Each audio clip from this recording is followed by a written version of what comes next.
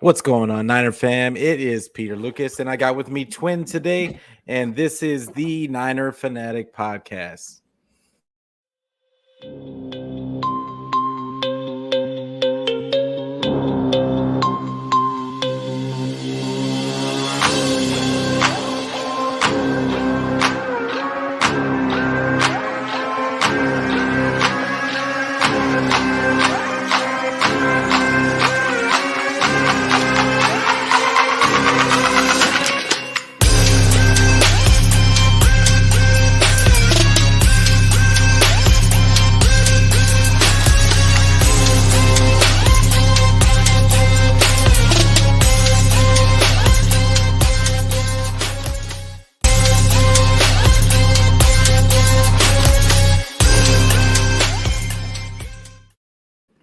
Hey guys, once again it's Peter Lucas. I got with me today Twin from DeBeard. The you're gonna have to say it. The Bearded Bros podcast, baby. Yeah. I got Twin with me, and I'm so excited. I love having him on because he has all the energy on the planet, and it gets me going. But Twin, why don't you tell them where they can find you on the socials and where they can find your podcast?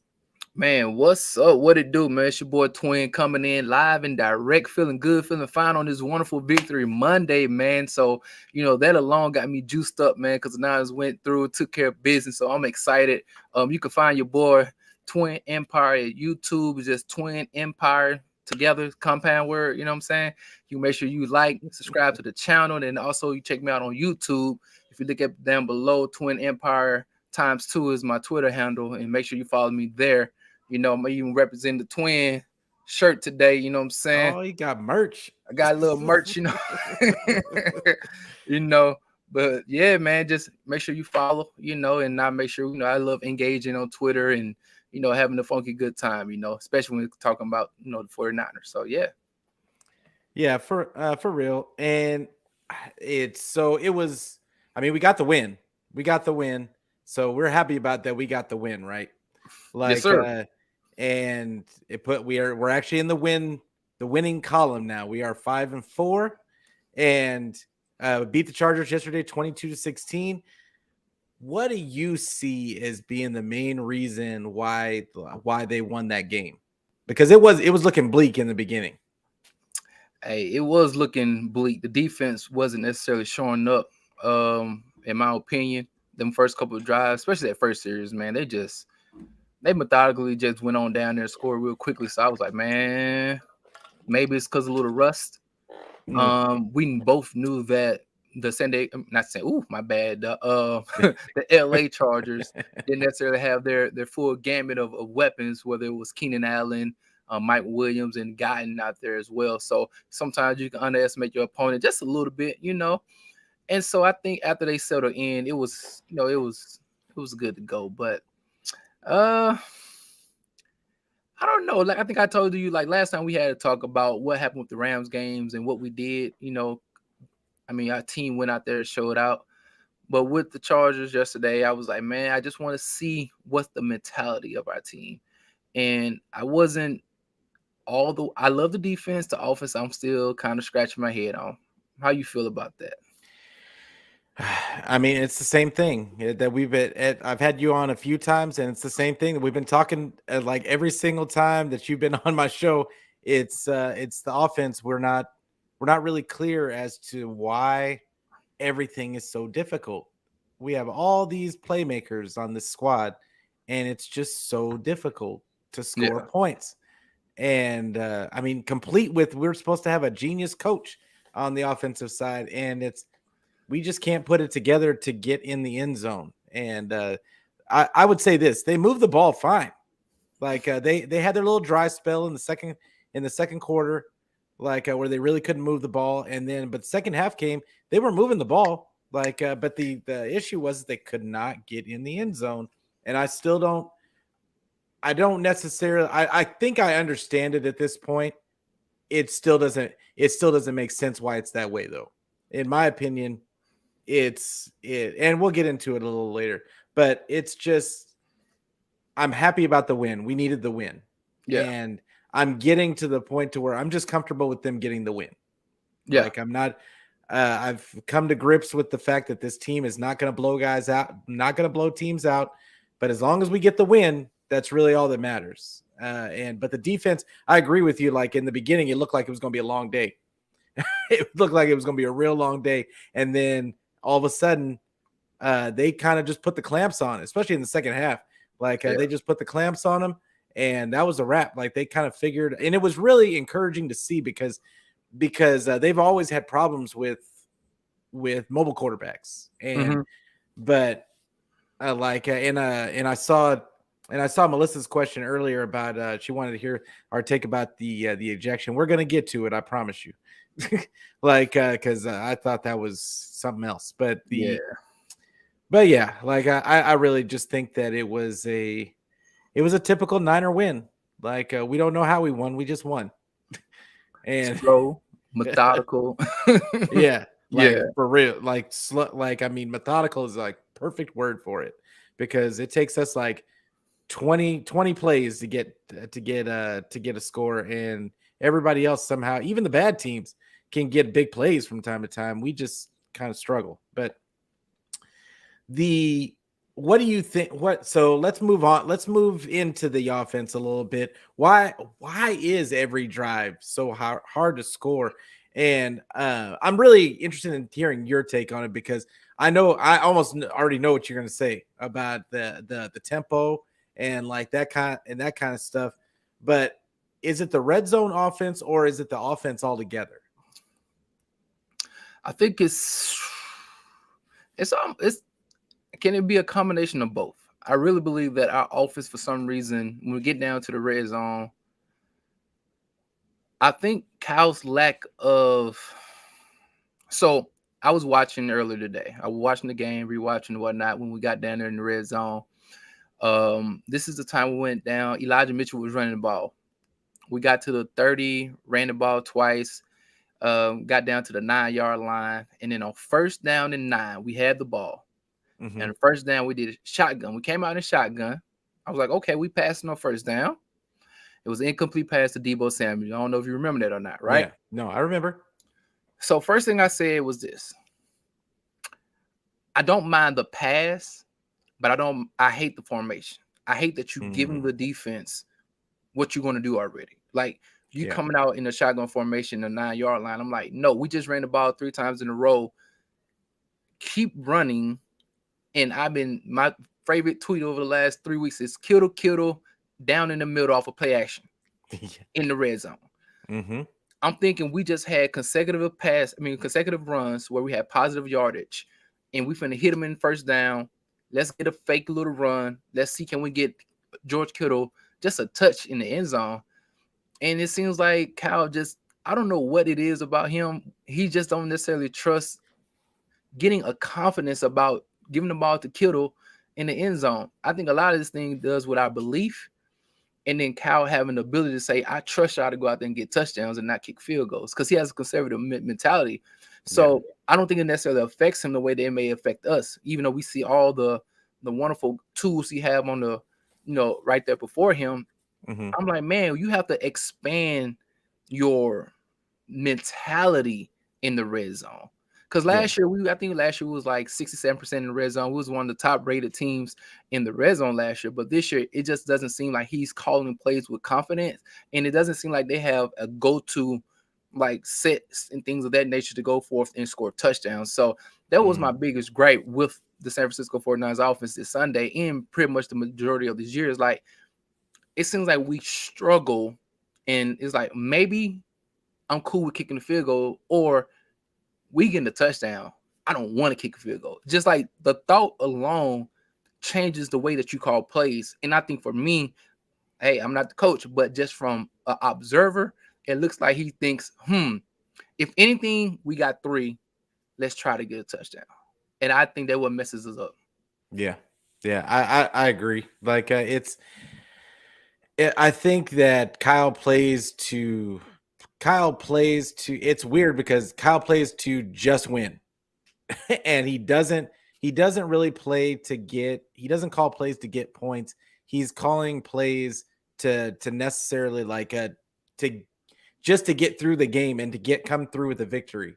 So everybody calls it conservative. I don't really call it conservative because he calls a lot of plays that just, I mean, they go against it's a lot of going against the norm just to do it, if that makes any sense. And like I saw a lot of trips formations yesterday, and then them trying to run screens out of that, like out of that, and trying to run the ball that way. And like it just, to me, it doesn't open up the field. It didn't open up the field. It was basically, like, to your point, telling them where you're going to go with the ball, because almost every single time they didn't try to go the other direction. They either went up the middle, or they tried to run the ball to that side, or they tried to screen to that side. There's no jet sweeps, no nothing. Like they were just telling them which direction they were going to go every time, and I just thought that it was just really like a convoluted game plan. And I'm tired of talking about Kyle as in, like, in the aspect of he's supposed to be a genius. I'm no longer calling him a genius at this point. I don't even want to hear the name genius when we talk about Kyle. He just Kyle now. And like you just Kyle now. You're gonna have to earn that label back to me at this point. It's just there's too much talent on this team. There's too much talent on this team for there to be an issue of getting even with Jimmy Garoppolo at quarterback. He's not playing bad. That's the problem. It would be easy to say, if he was playing bad, it would be easy to say, oh, okay, well, it's just because we got Jimmy at quarterback. But that's not what's happening. He's pretty much playing, doing Kyle's game plan to a T, and we're still not scoring. Yeah. And like you said, if Jimmy is doing things that are, that's terrible, I get it. I mean, he's still happy feet Jimmy. Okay, cool. But we're not expecting him to be a top 5, top 10 quarterback. We understand that. But when you do have top 5 talent on the outside, whether it's BA, Debo Samuels, you got Kittle in the middle, you got Juszczyk, you got TC. I mean, come on, man. You have a plethora of toys to go around here and play with, but you still play with a hesitancy. And I hate looking at it, because, like, dog, why are we struggling so bad? And if you look at the defense, man, somebody had a stat the other day, and they were sitting there looking like, dog, I think our defense is like top 5 in maybe 8 categories. It's ridiculous. Like, our even though we had 2 real stinkers, overall our defense is still a really, really good defense. And I think Matt Miyoko said today that we have like the 18th rank scoring team, even though we average like they were like number 9 or 10 in yards per game. And so it's like a team that can move the ball but can't score in the end zone. And to me, it's like, dude, you got too many weapons to still be this stagnant on offense. And I wish he would just open it up a little bit.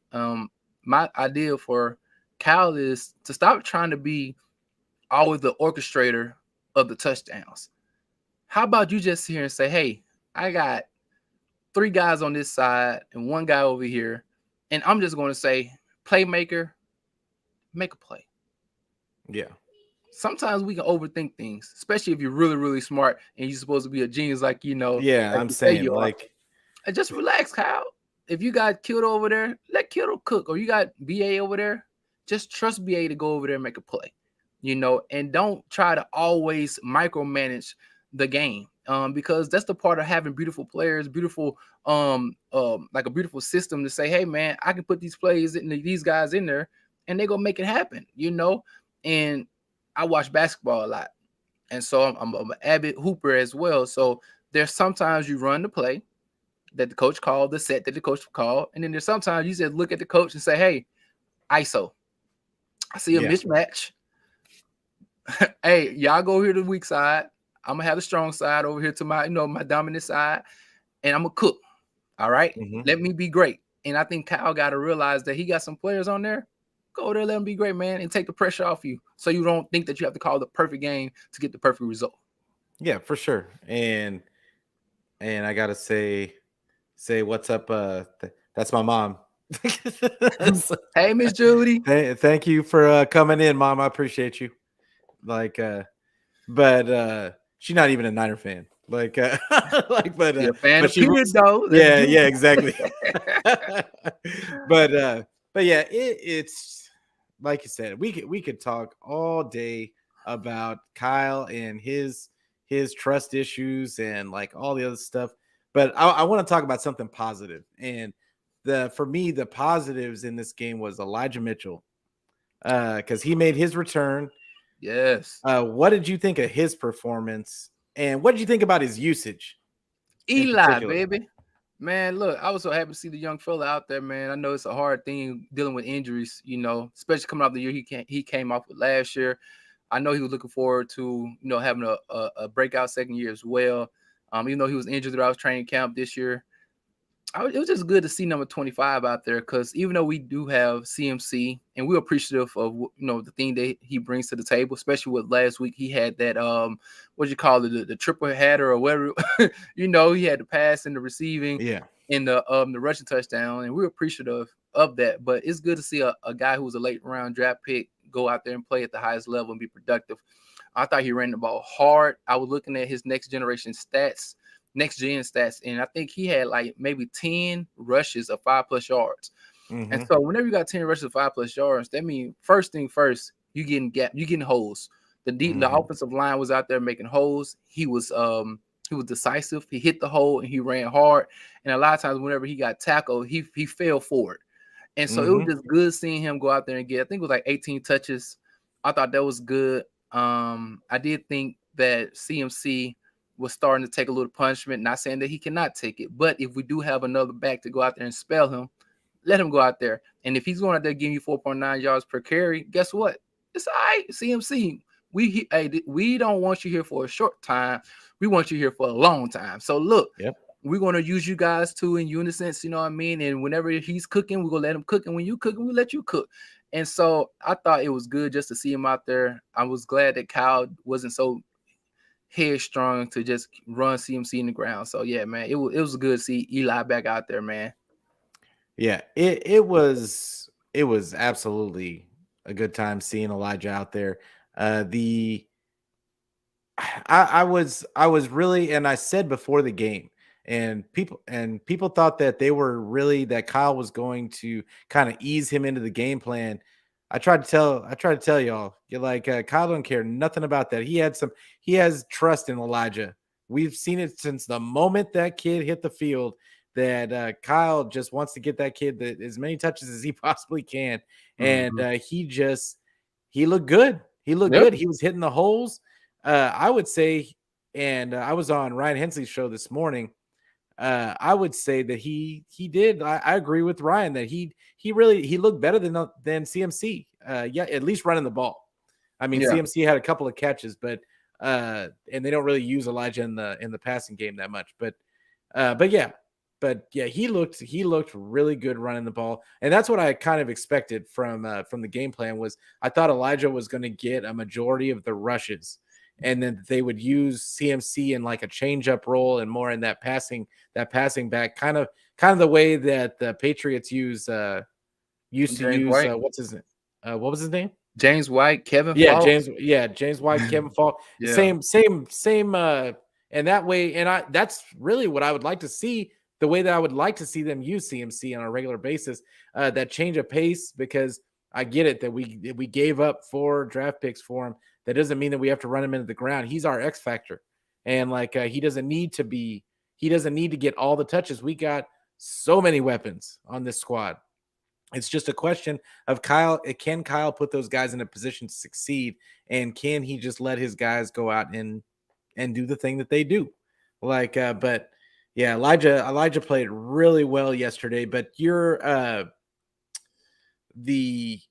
would you like to see him and CMC on the field together more? Because that's something that I looked at, the game before this one.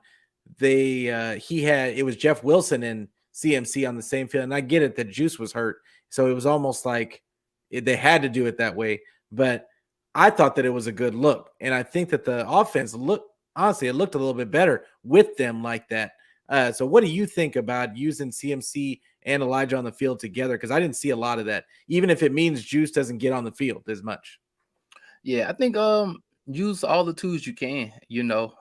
Maybe like a little misdirection. You can line Eli up in the fullback position, or even put them beside Jimmy Garoppolo in the shotgun, and just utilize the threat of them hitting the edges. And if you want to go into the middle, I would love to see that with a little action of Debo coming out, you know, in the back doing the little, they Mhm. call it, I guess, the orbitable route where, you know, he come out in the backfield, go behind them both, and he Oh orbits yeah, yeah, around yeah. them, you know, things of that nature. And just to try to get the defense to get thrown off a little bit. Also, having CMC catch it out the backfield, even though Elijah Mitchell is in there, and then having Elijah Mitchell running the ball and having, you know, CMC go out to the backfield like a swing pass or something like that. Not passing it to him, but just to threat him looking like he's about to go do it. And just to try to get the defenses kind of throw it off a little bit. I would love to see Yeah. them in the backfield more often. And I wouldn't even mind having Kyle Juszczyk in there. I think if the formation is called like a full house formation. Hmm. So you have the quarterback in the middle, you have two of the running backs beside Okay. him and somebody behind him, Yeah, yeah, yeah. you know. And to me, you putting the defense in the pickle because they saying, okay, CMC can get the ball, run the outside, Elijah can run and get the ball here on the outside, or they want to go on the inside, they can, or you can sit there, them both go outside and hit the edges of the tackles, and then you can hand Mm. the ball off to Kyle Juszczyk. I mean, there's a myriad of things that you can do to kind of confuse the defense. And to me, somebody like Kyle Shanahan, I know his creativity, his creative juices are flowing to go out there and try to figure out ways to confuse the defense. So yeah, I would love Yeah, it. I mean, I would like to think that that was the case. I would like to think that is the case. I don't know. I think that it's not so much that Kyle isn't creative. I think that it's right now. I think that he's just guessing wrong. He's guessing wrong a lot. Like, and I just look at it as he does things that are obvious, that are kind of obvious, and he uses his guys. What I notice is that he uses his guys in the same exact way every time he uses them. He doesn't try to use them any differently. Ayuk is going to run the same type of routes every single game, and Debo's going to run his little crossers. He's going to get his screen on the side. Like those are the plays that you don't try. He doesn't try to motion them out, just run the play a different kind of way. Like he doesn't try to put like Debo in other types of having him run other kind of routes. Like it's just it is what it is. Like he's going to try it exactly the way we've all seen him try it all season long, which means the defense can just key on. Oh, okay, he's going over here. That means this is coming. We know it's Yeah. coming.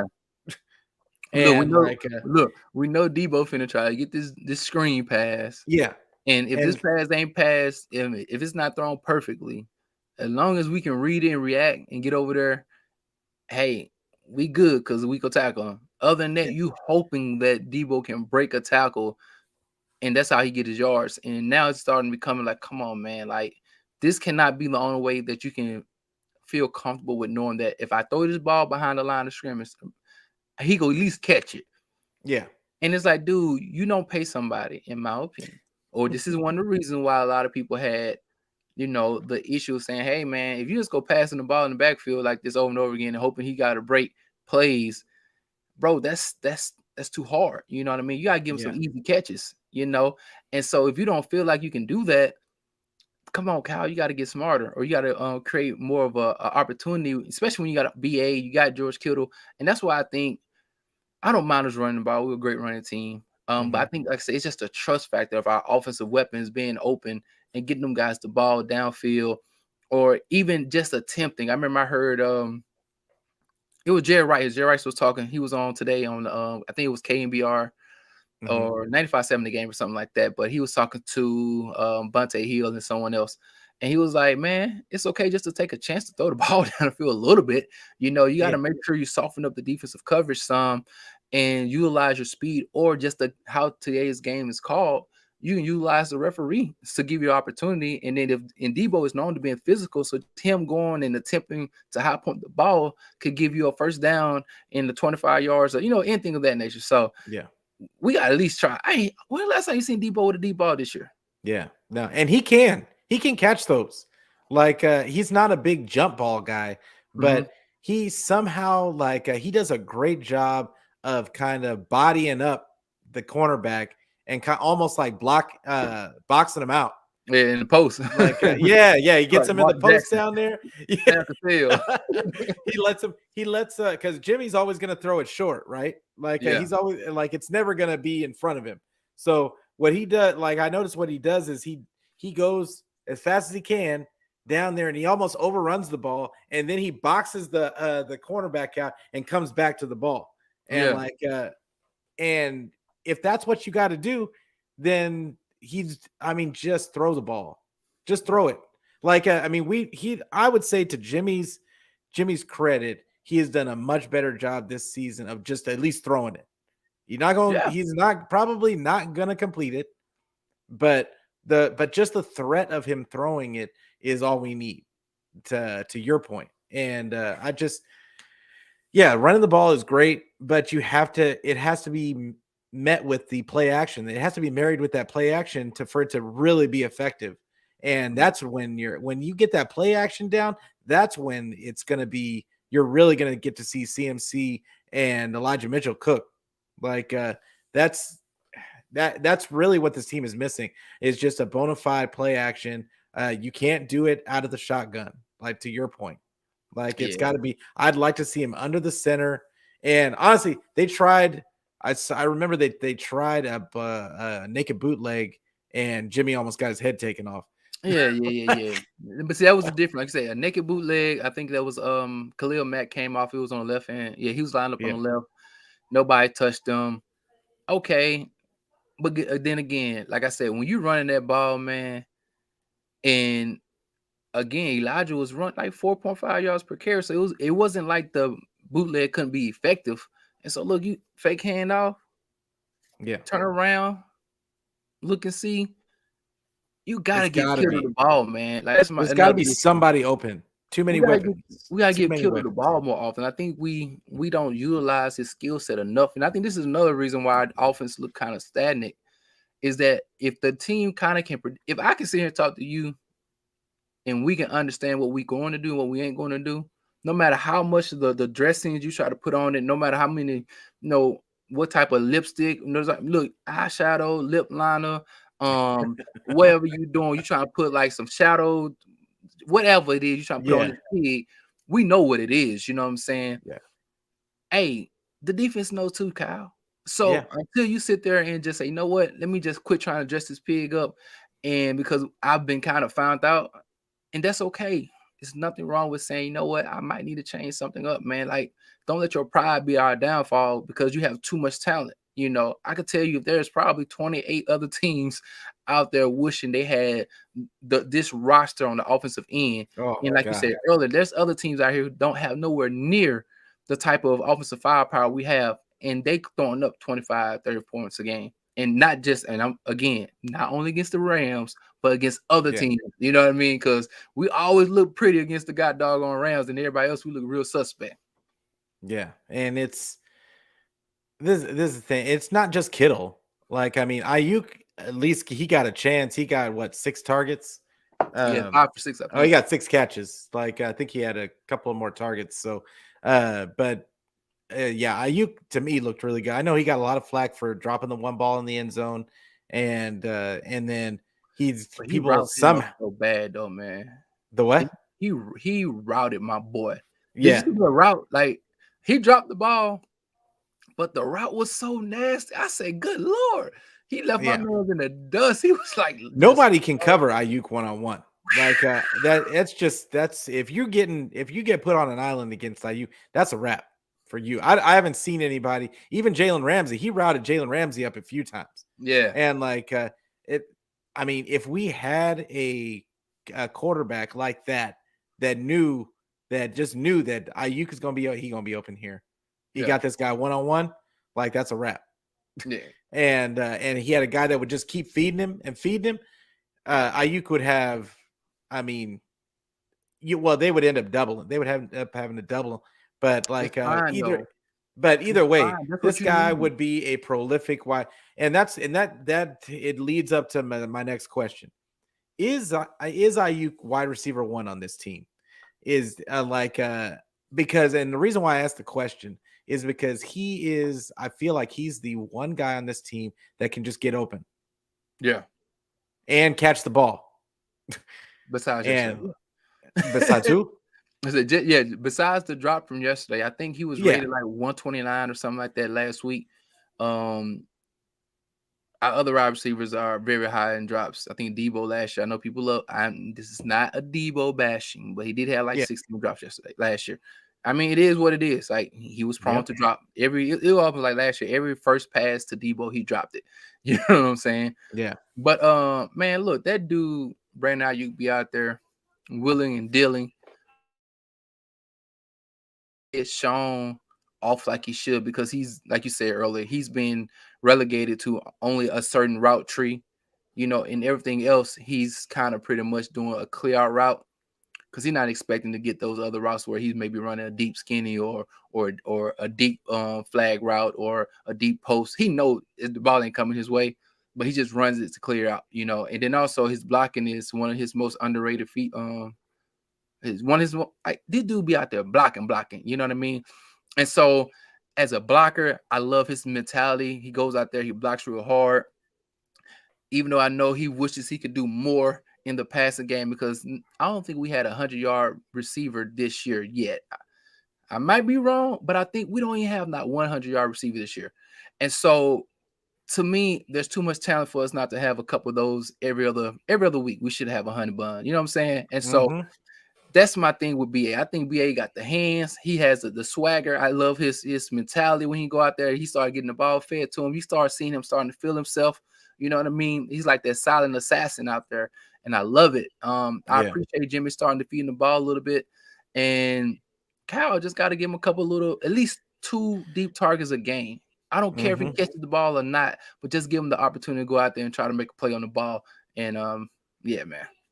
Yeah. Ayuk is that guy in my opinion, and I love Debo. Debo is your all around football player, and he can be a good receiver. Like we've seen it before. I know it's there. So Yeah, we've seen it. Kittle, like I mean, and then you got Kittle who can do a whole bunch of things. Also, you still got I know everybody's not impressed with him. I like McLeod. I think McLeod is a good piece. I think that they need to use him more as a slot guy than a deep threat. But yeah, and then you've got CMC who adds a whole nother dimension to that with those underneath catches. But Ayuk is, to me, is their wide receiver one. I think that is your guy going forward. And if it doesn't get better and like I don't completely blame Debo for his lack of production this season, but that goes into my next question because my next question was: is Debo's lack of production because he's limited as a receiver, or is Shanny just not using him correctly? And I'm kind of going into that question for me.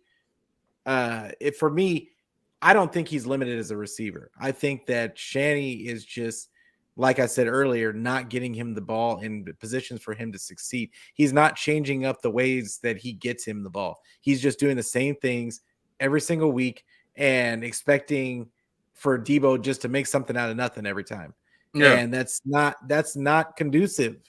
That's not conducive to winning. And to Debo's credit, he was like, he had 6.8 yards a carry yesterday. And and I mean, I just wish that he could get more involved in the passing game. I know that we don't pass the ball a lot. We ran the ball 41 times yesterday. So once again, it comes down to the fact that we don't have a quarterback that we can trust that will throw the ball 30 plus times a game and not throw 2 interceptions every time. But hey, we go. I think this is my thing.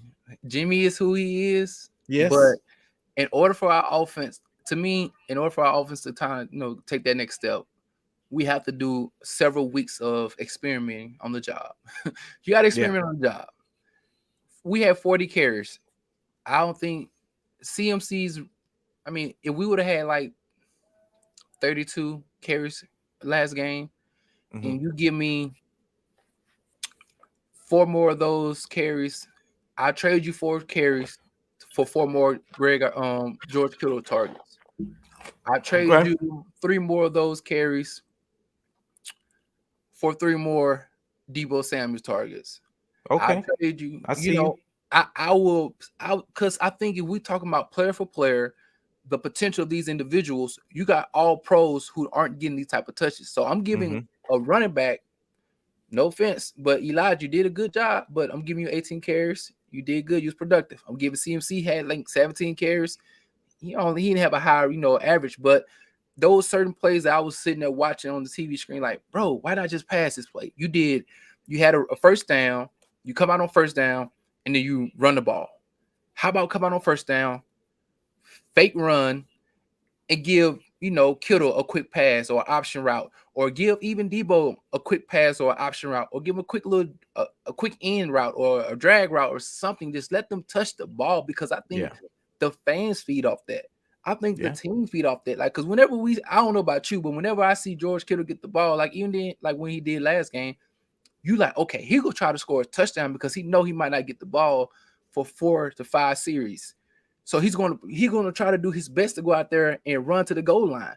Same with Debo. He's like, man, I don't know. We don't play a consistent passing game. So whenever I get these opportunities, I'm trying to plow through people, and that's where we get some of those fumbles from, because I think a lot of our guys saying that we get this opportunity to run the ball, I might not see it again, so let me try to score. Yeah.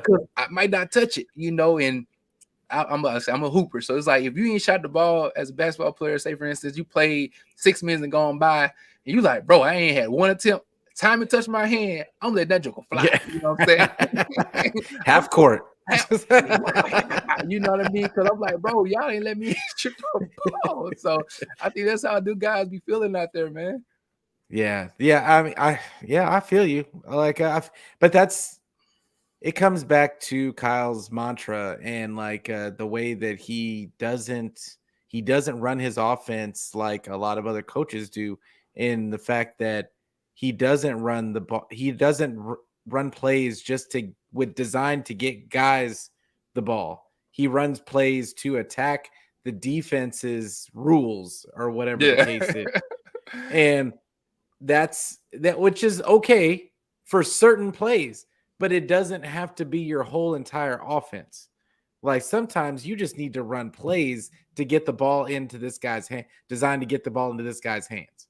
And to his credit, I mean, he does, but those plays that he does to get the ball into those certain guys' hands, they're super vanilla, and they're super and they're just, everybody knows that they're coming when he does do it. So I think he's all up in his head right now, and it's just it's going to be really difficult for him to get out of that headspace. Like, and another thing, and this for anybody who may say Kyle is cool, but all thing we're saying, or I won't even speak for you, I'm just gonna say all thing I'm saying is, with the tools you do have, you building a house out of bamboo sticks, when you could build a house out of granite. You know what I'm saying? Like, bro, I'm saying, can you live and sustain life in a bamboo hut? You should. Yes, you can. Yeah. And this is what I would say. This is what I would say for people that I mean, the Kyle apologists. Like, and I like Kyle. I just want him to do better. Like, that's my thing, is I'm hoping that one of these days he's going to say, let me see what Pete's talking about today. Maybe he's got some ideas that I don't.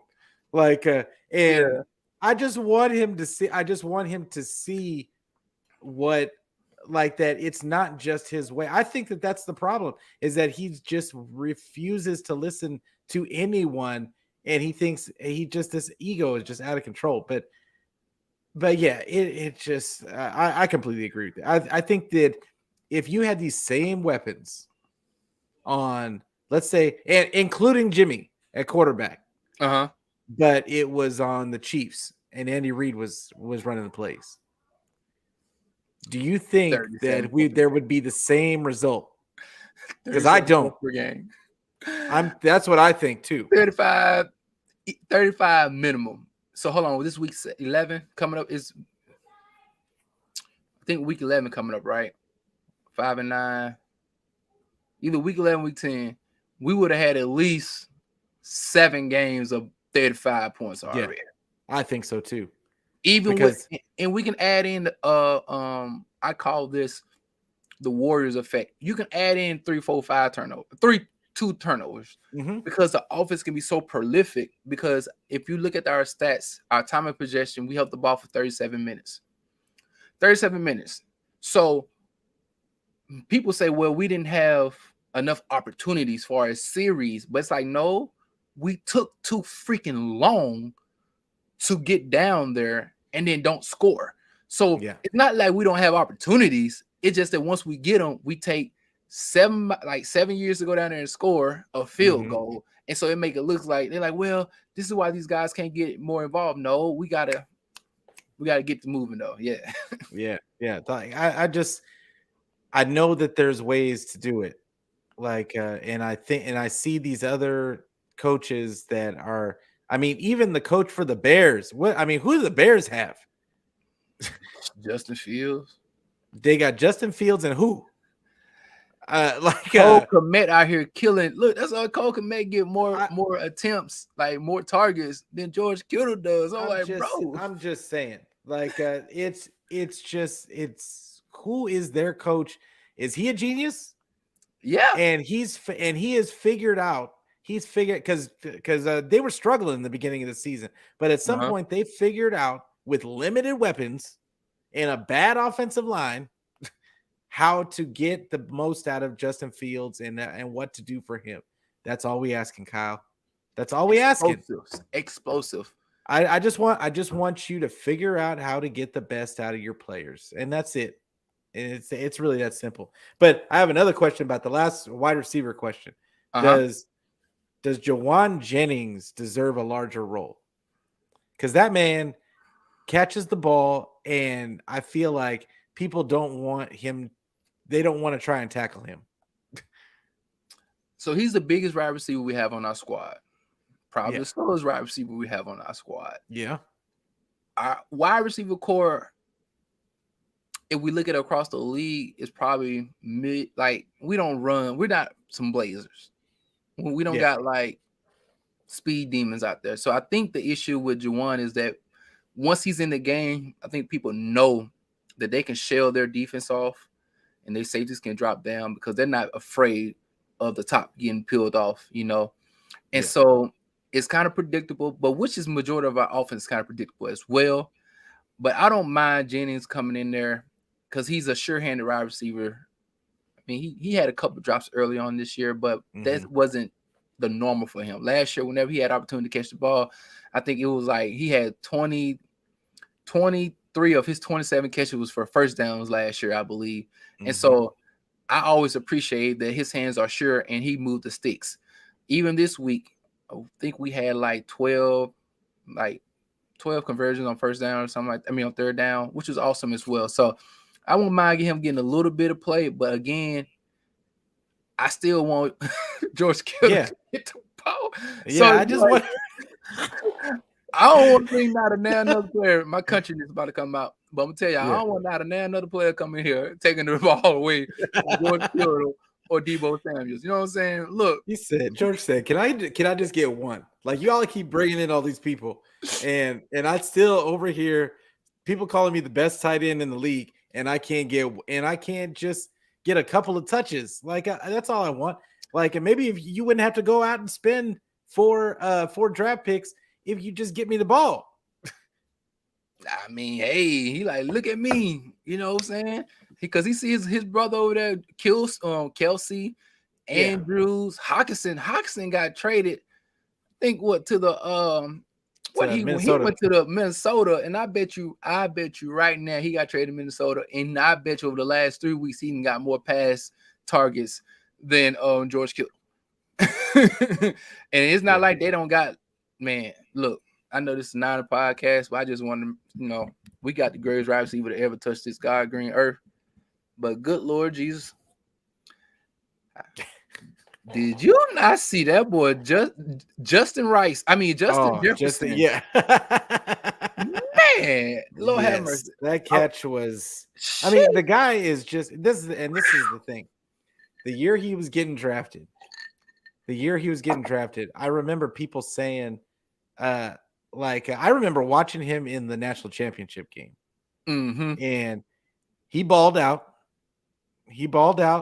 And but everybody was talking about the other dude on the team. Who was Marshall? Terrace Marshall. Yeah. They were all talking about Terrace Marshall was the main guy. And they said, oh, well, Justin Jefferson's only going to be I was like, he looked kind of big. Like, he looked kind of big. He looked kind of fast. And he makes catches. Like, I like him. Like, and they were talking about during our draft, like, and I said, I saw where Jefferson was slated to go, and I said, I don't know. I don't think he's gonna fall. He's gonna fall far enough because I know the league has got to see what I see in this kid. And just guys just kept going by. CD Lamb went by, and Jeff Judy and like all these guys. I always thought that he was better than all of them. Well, after yesterday, yeah, and that catch, I said, first thing first, this is what you do sometimes. It was 4th down. Kirk Cousins said, you know what? I'm not going to say the expletive, but he said 2 tears in the bucket, pluck it. And he just sat there and said, hey, I'm going to give my best player an opportunity to go make a play. Yeah. And that boy went up there, and I said, because the game was good. I don't care. Like, that game was awesome. I know, like I said, man, when he caught that ball and he came all the way down, didn't even touch it again. Like, it just, I don't know. He had some type of glue on his forearm or something. It's those gloves, man. Those gloves. Have you ever seen those gloves? Like, I played wide receiver in high school. We had gloves, but I'm assuming my gloves was like $16. Yeah. I'm not gonna lie. Yeah, he had those gloves. NFL sticky gloves. He got his glove probably like $89.99. You know what I'm saying? Well, yeah, he man. Got the Tesla gloves. Yeah, I just want to give him a shout out, man, because if you're a fan of football, and I know if you're a fan of the 49ers, you gotta be a fan of Jerry Rice. And so we've seen great catches throughout our whole lives. And so I just want to give him some props because that was really a beautiful play, man. So yeah. It was sick. Like, and it was good. But I'll tell you that speaking about Minnesota, I think Thielen's starting to get upset. Like, he ain't getting nothing. He is getting Nathan. It is he's not getting any. He is having, I don't know, I have to look up his stats, but I think he's having a terrible year. And it's not because of injury. I just think that they're not throwing him the ball. Like, and it's that's weird in itself. Hey, but if you scoring the way they're scoring, and if your boy's producing the way he's producing, listen here. Sometimes you don't gotta overly complicate the game. If it's like, look, if I'm just better, and you give me the ball, I'm just gonna be doing what I'm doing. Then you 71, so Thielen can't say nothing because he's like, well, we are winning. Yeah, for sure. But so let's move on to Jimmy. Like, yes, sir. What did you think of Jimmy's performance? Why did we not see any deep shots in that game? And I'm gonna just ask you. I know you loved the hurry. Like, I don't even have to ask you this question. I know you loved the hurry up at the goal line. This didn't work though. Yeah, it worked. We got quick little first. I was sitting there looking. It was like we did on the first possession. I said, and we actually got a first down. Like, I immediately thought of you when they did it. I was like, are they hurrying up to the line? Like, remember down the goal line, they even caught a penalty. Remember when the big boy couldn't get on the? I was sitting there like, hello. we could have been had a couple of these plays. Every time they did it, we had a decent like production out of the play. I'm like, bro, Kyle, there's nothing wrong with that, man. But he's like, no, that's too much success. Like, I can't get these guys used to that. But yeah, I think that pace of play was well. I'm glad he did it early in the game just to kind of get us going. I wish we would have scored on that projection with with what's that guy name? BA when he dropped the pass. But I thought Jimmy played well. This is my opinion. Brandon Ayuk should have caught. He shouldn't have fumbled that one pass. But when you throwing the ball across the middle and you making these wide receivers jump and to catch it, you set them up to get their butt popped. You know what I'm saying? Get hit pretty hard. They got to watch out for that. Got to be careful. Some of the passes I seen him throw at the LOS were either high as heck or low as heck. It's like, bro, why are you throwing the ball in the dirt, man? It's like, why are you doing this? And then I'm looking at Debo like, this probably the only chance you get an opportunity to catch the ball anyway. So, bro, get it up. You need to go see Alice or somebody. Like, come on, man. You need some just for him. Like, bro, we got to get this thing right. You know what I mean? Yeah. So that was a little bit upsetting. And also, I thought that in the pocket, he had a lot more time. Jimmy was a little happy feet. And again, I thought he had more time to kind of step up. But you know how Jimmy get to bouncing a little bit? Yeah. He's just doing this. Yeah, he doesn't see he just bounces in place and he doesn't see there's a hole. All he got to do is step through the hole. Like, just step through the hole, man. Like, I know you have to see the hole. It's big old gaping hole in front of him a lot of the time. And he gets so nervous, like when bodies are around him that, it's just weird. But go ahead. And then the thing about this is he's an arm thrower, right? So if he's shifted in the pocket and he's on his tippy toes, he's going to throw from shoulder on. There's going to be no legs involved. There's going to be no plant foot involved. So he's just going to go fling it. And a lot of the passes I seen yesterday where he played well, but I'm just saying, like, I think that's one of the critiques Kyle do have of Jimmy Garoppolo, probably why he's still kind of hesitant to let the offense go.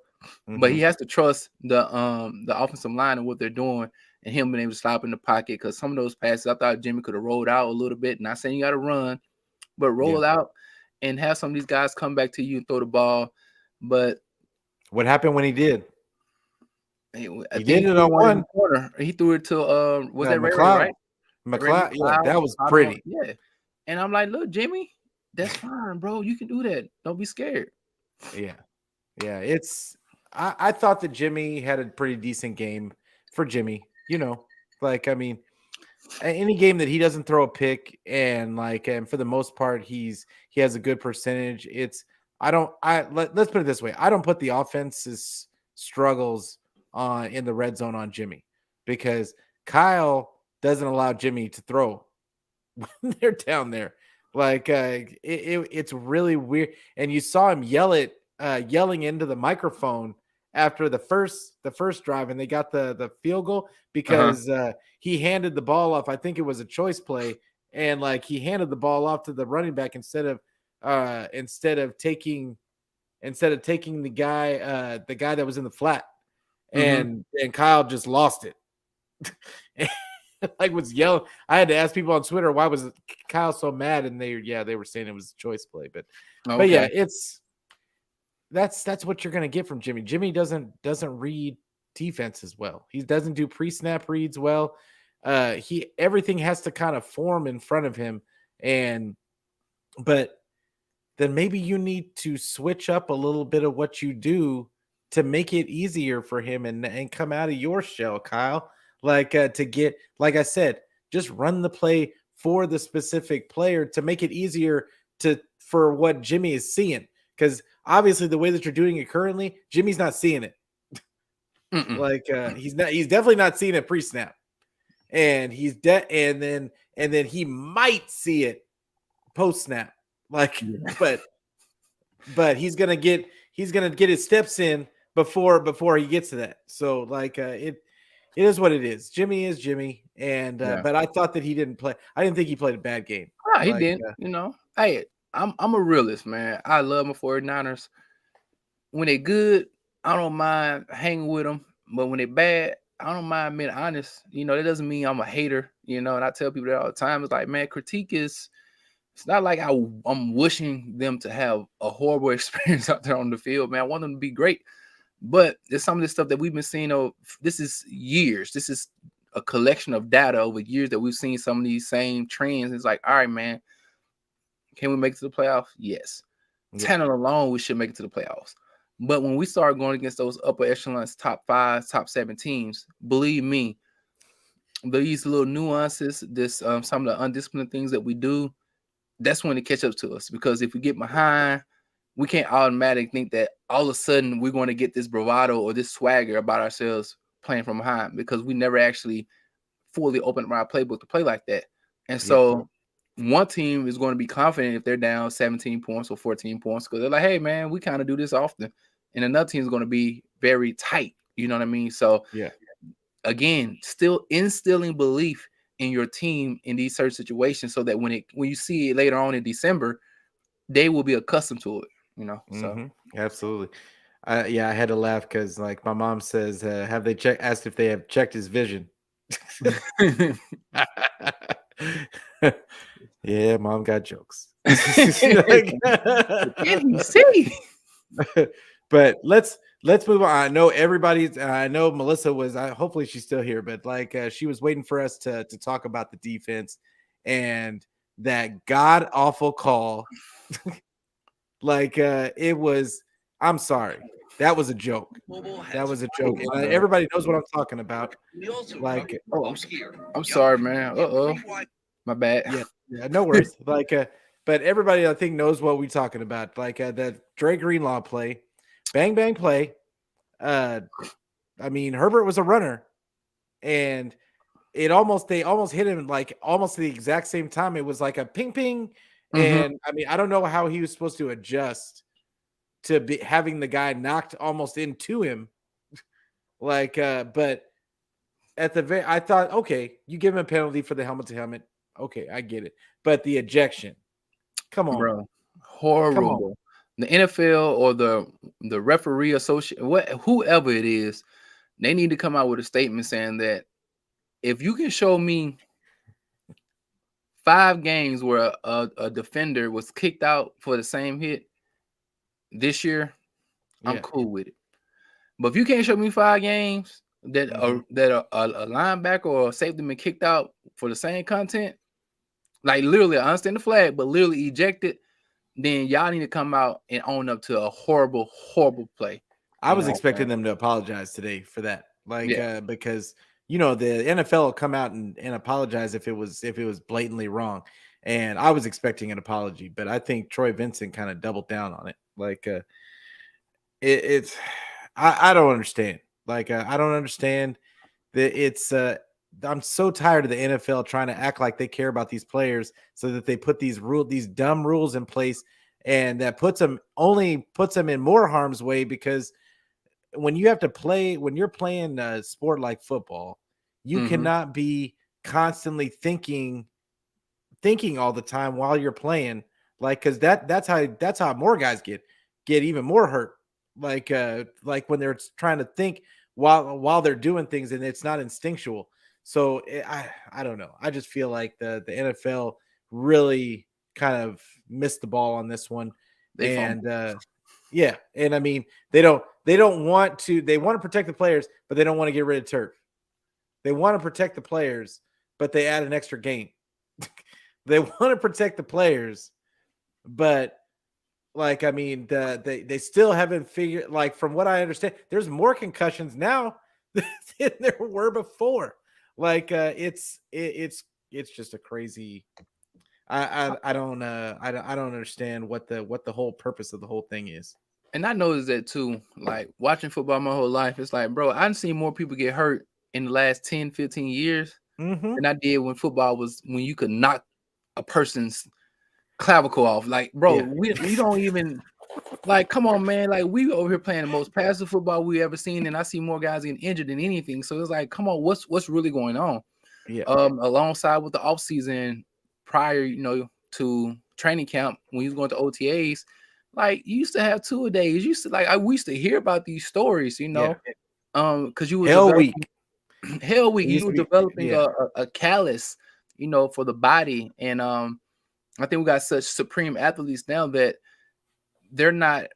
It's like having a Ferrari, and it's a show car, but now I'm taking this show car and I'm putting 150,000 miles on. You're like, whoa, wait a minute, it's a Ferrari, bro. Like, why are we driving it like it's an Uber? Nah, it ain't meant for that. You know what I'm saying? So I think this is where we seeing with these athletes, where they're being so coddled, you know what I mean, that their body can't sustain like this high pressure situations because they haven't really been going through it long enough to be able to be that detailed in sustaining that type of level of play in a in the entirety. Because it's always ACL, MCL, ACL, MCL. That's all I see all day, every day, man. Yeah, all the lower extremity injuries, and even and I see you, Chris, but like it absolutely is. Like I've looked at, like, if at anything, it's just as many head injuries, and like they haven't improved. It has not improved. And Mm-hmm. my biggest issue with the whole subject is that these guys, like, the reason why, in my opinion, you didn't see it as much back in the day was because the coaches cared about their players, cared more about the safety of their players, Mm-hmm. and they wouldn't call those plays, and your quarterback would not, it wouldn't behoove them to throw the ball in those spots to get their player killed. But now, because the rules are, in my opinion, because the rules are in place to penalize those guys for doing it, now we just get willy-nilly with throwing the ball across the middle all the time, and then somebody gets penalized for it. Okay, but this guy just got his head knocked off. Like, I Great, mean, Sleepy that's Hollow. it. Like, I mean, you cannot. The issue is, the coaches have to take their player safety into account also, and it's not you can't just assume because the rule is in place that they're not going to knock your head off, because there's always going to be that chance that it's going to happen. And it goes to the quarterbacks also. Like, you can't just assume that linebacker or that safety is going to get down and hit him low. Like, and even if they do hit him low, there's a chance that they could seriously injure them that way too. Uh, I don't remember, like, when I've been watching football since the 80s. So, and it's been 35, I've been 35 plus years of a Niner fan, and the injuries were not as prevalent as what they are today. Like, and it could be just a lot of preventative stuff. Like, they try to pull guys out earlier before it becomes a serious issue. But regardless, these guys are getting dinged up, and then they don't, all of a sudden now they don't have a career Yeah. because nobody wants to take a chance on them because they're constantly dinged up. Like, so there's a whole lot going on, and I'm gonna have to go get a whole bunch of charts now, like, to prove my point. But it's okay. They don't last that long, man. But grading the defense. Grading the defense. Was it the defense settling in, or the lack of playmakers for the Chargers, do you think? Uh, can we say both? This year has been a tricky year when it comes to evaluating our defense. We haven't really played teams that were known for being very explosive offensively. And so the teams that we should dominate, I think we did dominate if their offense was like handicapped. The teams that weren't necessarily handicapped, and the only team I think that we actually played that was extremely explosive was who? Kansas City Chiefs. And at that time, we were missing a lot of our players. But one thing I will say is that when we do play against an inferior opponent, they may get a couple off on us, but after a while, DeMeco Ryans kind of settles in. The nerves kind of go away. And he really, to me, it's like he's a coach that put his players in a position to succeed on all three levels: D-line, linebacker, and then also the secondary. We've seen injuries on the defensive line. We've seen these other guys come in. Big up to Charles Omenihu. He was popping on the screen. Kevin Willis, Hyder. Like, these guys are showing who they are, so you got to appreciate them. Even with the linebacker, once Greenlaw got ejected, Al Shazier came in there. He made his presence felt. I'll call Kurt Warner. Yeah. But my guy Warner was out there flying around like a chicken with his head cut off, making plays. And then on the back end, they were flying around and like missiles, and they were swarming. I think that's their acronym, to swarm. And they was out there doing those things. And so I like that DeMeco Ryans will adjust, and he will allow them guys to play with their heads on fire. And I would love for us to play against teams that have a little more octane on their offense, because I do believe Mike Williams, if he was there, he would have made us Man, Yeah. that's a contested catch king. Like that's Yeah. what he does. And Keenan Allen is he's surgical Yeah. running these 10 route like these 10-yard routes or like the medium route tree. He's a killer at that. So we got lucky that we didn't have to face those guys. But I was happy though, man. Like our defense has been the identity of the San Francisco 49ers. In my opinion, I would continuously say this. You would think DeMeco Ryans is the head coach of San Francisco 49ers because our team identity and what the NFL see when it comes to our team as the thing that put us above most teams is our defense. We highly ranked. We allow a limited amount of points. We have wonderful. We have turnovers. We have skill positions. I mean, skill guys on every level. So to me, I think our defense is it's a killer, man. It's so nice, man. So Yeah. I think that that it was absolutely. I mean, I think that we have a good defense, and I don't think that they're obviously they can't be as good as they were because they're missing Emmanuel Mosley and they're missing like a majority of the starting defensive line. Like so they can't be as good, but I think that they're still good. I still think that they're still good. I think that it absolutely helped them that Keenan Allen and Mike Williams weren't there, and it might have been a different story if that was the case. Like, remember that? But to those remember them drops? Yeah, no, I remember the drops, but you also remember Herbert just missing guys too. That doesn't happen. Justin never misses people.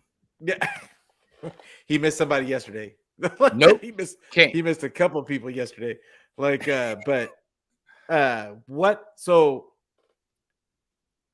finally, before we get out of here, has this team finally established an identity to you, in your opinion? Or are we still waiting to see more? Man, we still out here drawing in the sand with sticks, man. We I have to see the next 3 weeks. So next week we play Arizona, right? Mm-hmm. A division foe. I need to see we're going to Mexico City. I need to see what does our team look like coming off a bye, and can we string 4 games against teams that we don't play all the time. So we play against the Chargers. We did okay. I think we got Arizona, then Miami, and then maybe another division game. Mm-hmm. I want to see what we're looking like after the end of these next 3 weeks. I want to see progression in our offense. I want to see more of an offensive identity. Can Brandon Aiyuk continue to be a productive wide receiver? So I think he's probably been averaging 80, 78 yards per game over the last 4 games. Will that stay true? I think our defense will stay consistent if we stay from all the injuries. I'm more so just because I just want to see where Kyle heads at. Like, I think Kyle is a thinker. I don't know what he see the offense being in the next 3 weeks, but I'm assuming he has something in mind. And I want to know what that looks like, So until I see the San Francisco 49ers average 28 points per game over a 4-week period, I'm going to sit here and still be questioning what it is that we plan to do on offense. Yeah, I'm right there with you.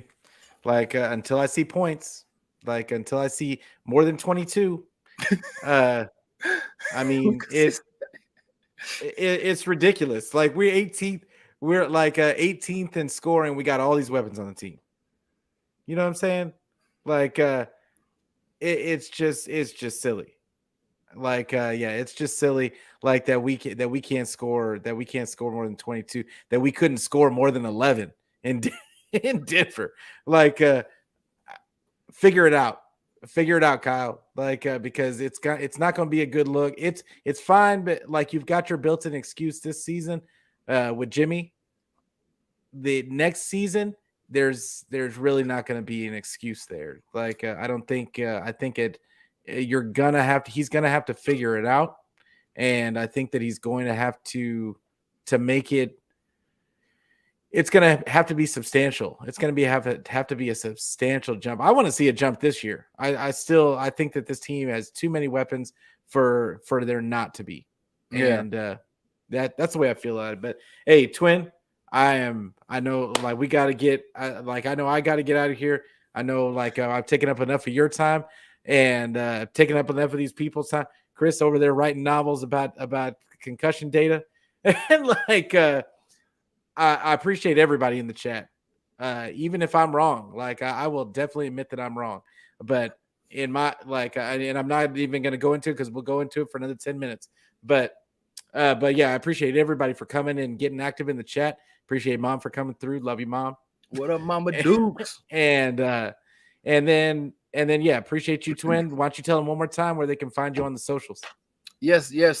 Right there on the handle, Twin Empire ×2 is my Twitter, and just put in Twin Empire on YouTube just together, man. You can find my YouTube. Make sure you click and sub to the channel.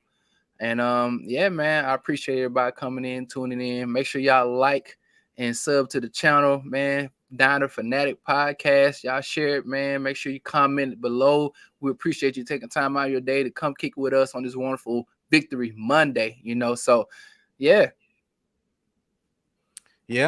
And one more time, everywhere where you can find me, like I got Niner Fanatic Podcast, either Mondays or Tuesdays, usually after the game. I'm on every Monday with Ryan Hensley on 49 Warriors show, 8 o'clock in the morning, bright and early. So get your behinds up and then turn on YouTube for that. Then plus we've got Last Man Standing podcast on Wednesdays. We're going live every Wednesday at 7 p.m. Pacific time now. And then you can find all of my stuff all over on the audio versions anywhere where you can get your podcast. So be on the lookout for Niner Fanatic Podcast that way. And every now and then I do another show with my buddy Nate, like the Odd Couple podcast. So every now and then he drops a gem. So I don't care where you get it, just go and get it. Oh, and, yeah. Also wanted to mention on Wednesdays as well. Me and my brother do. Yeah. I love that show too. We do the Bearded Bros podcast on Wednesdays at 8 o'clock, man. We try to do it. The Bearded Brother podcast is me and my brother. We do a pick'em show where we sit there, we go over our results of the last week, and then we pick them and we pick the games for this upcoming week, man. And we sit back there, have a good funky time, like we was back at the house, man. Unfortunately, my brother's a Cowboy fan, and you know what I'm saying? But yeah, y'all make sure y'all check that out, man, as well. Yeah, but it's a great show. You guys got to check him out. I like it, and your brother's show, even though it's a Cowboy show. I love the flow at the end of all of his shows and during his shows. He just kind of breaks out in rhymes like randomly. I love it. It's great. But yeah, we're gonna get out of here, y'all. But like I said, thank you guys for listening. Thank you guys for watching so much. I appreciate you. Make sure that you hit the like button. Make sure that you hit that bell for the notifications to let you know when I'm going on air. But as always, we're gonna finish it off with a Go Niners. Yes, let's go Niners. Salute.